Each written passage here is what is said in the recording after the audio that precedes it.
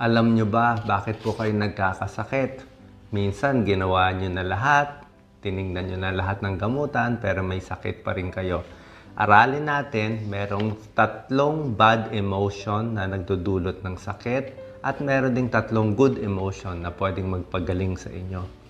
Itong mga bad emotion, sasabihin natin mamaya, pag meron ka nitong mga poor emotional health ang tawag dito, maraming iniisip, maraming nararamdaman, pwedeng humina ang immune system mo, mas mabilis tayo tatamaan ng sipon, mas madali ma-anxious, kakabahan, magagalit, minsan umiinom pa ng alak, naninigarilyo at droga dahil nga merong emotional problem. Marami itong mga senyales na nakikita sa katawan. Ano itong tatlong bad emotion? Number 1, galit. Okay, yung galit. Hindi mo malabas yung galit mo, talagang marami mangyayari sa katawan niya. Yan ang number 1 na killer emotion, galit. Number 2, sobrang takot. Sobrang takot, hindi na alam bakit natatakot. Number 3, guilty. Okay? Meron kang ginawang kasalanan, meron kang, diba? Kahit ano ba itong kasalanan mo, guilty ka, hindi mo alam, mahuhuli ka ba?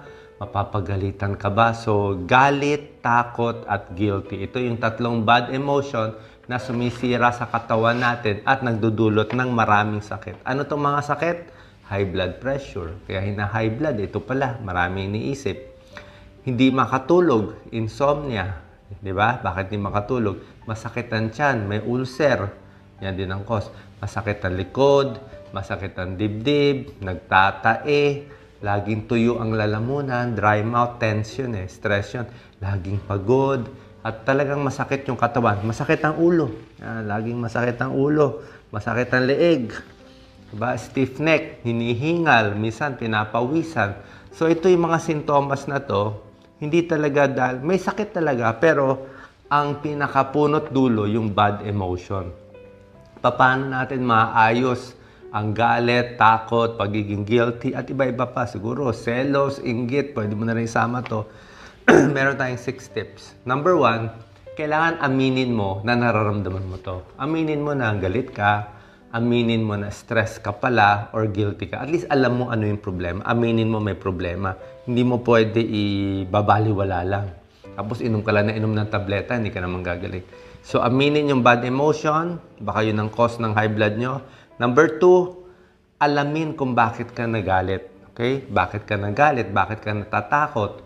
Bakit ka guilty? Pag nalaman mo ano yung cause, sino ba yung tao, ano ba yung pangyayari, at least natukoy mo na, pwede na natin masolusyonan. Diba? At least natukoy mo yung problema. Number 2, bakit ka nagagalit? Alamin mo yun. Number 3, isip muna at kalma lang. Number 3, dapat in control ka. Huwag masyado magpapatalo sa emotion. Isipin, ano gagawin natin? O, may kaaway ka, nagalit ka, di ba? May takot ka dito. Paano natin aayusin to? So, pag relax ka na, kalmado ka na, doon na natin haharapin yung problema. Number 4, practice self-compassion. Kailangan mahal mo sarili mo. Paano mo alam mo na nga stress ka eh.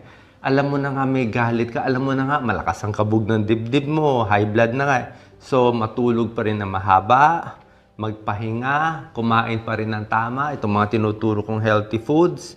Tuloy pa rin yung exercise. Sabi nga, be gentle to yourself. Mahalin mo sarili mo. Pwede ka magpamassage, pamper yourself. Gawin mo yung mga activities na nagpapasaya sa'yo. Diba? Mahalin ang sarili. Huwag mag-guilty. Mahalin ang sarili. So, napakahalaga yan para makontra natin itong mga bad emotion. Number 5, itong mga negatibo sa buhay mo, try mo gawing positive. Diba? Kung may takot ka, takot ka nga, marami ka kinakatakutan, pero at least, gawin mo itong parang goal, marami akong takot, marami akong nararamdaman, so gagawin ko mas healthy ako. Lagi ako may sipon, so gagawin ko mas matutulog ako, mas kakain ako ng juice, ng prutas, para malabanan. Yung mga galit, tingnan mo bakit ka nagalit, baka may aayusin ka sa sarili mo, baka meron kang pagkakamali, kailangan mo ayusin, baka may kasalanan ka. So, ayusin mo yung buhay mo. Itong negatibo, gawin mong positibo. Okay? Number 6, seek social support. Humanap ng suporta. Siyempre, kailangan mo ng suporta sa kaibigan, sa pamilya, at pag talagang stress na, ang dami ng sintomas, pwede sa psychiatrist, sa psychologist, pwede rin sa doktor. Pero kung emotional ang problem, more psychiatrist to. Okay? So, yan naman gagawin nating tips para malabanan itong bad emotion. At meron tayong 3 good emotion na magpapagaling sa iyo. Ha? Ito na, napatunayan ito. Itong 3 good emotion, lalakas ang katawan, lalakas ang immune system, mas hindi ka tatamaan ng sakit, makokontra mo ito lahat. Ano itong 3? Nahulaan niyo ba? Number 1, kailangan may tiwala sa Diyos. Kailangan may faith ka na. Kasi kung puro sarili lang, puro pera lang, hindi ka magiging masaya. Kailangan may faith. Kung ano man yung worship nyo, okay lang po yun. Kahit anong relihiyon, tiwala sa Diyos. That's number 1. Number 2, dapat masayahin ka. Mas masaya, mas happy. Kaya nga, mas positive, mas happy. Be happy, di ba? Para less worry ka. So, mas masayahin yung tao, mas walang sakit, mas walang iniisip, mas nakakatulog. And number 3, kailangan may pagmamahal sa kapwa. Okay? So, pag matulungin ka, kahit paano hindi mo iniisip yung sarili mo, maraming good hormones. Alam mo yung katawan natin, may faith ka sa Diyos, masayahin ka, tapos may pagmamahal ka sa kapwa. Naglalabas yung katawan mo ng good emotions. Pinag-uusapan pa lang natin, di ba masarap na pakiramdam nyo? Diba? So, nafe-feel niya. Kung ano iniisip nyo, susunod ang katawan.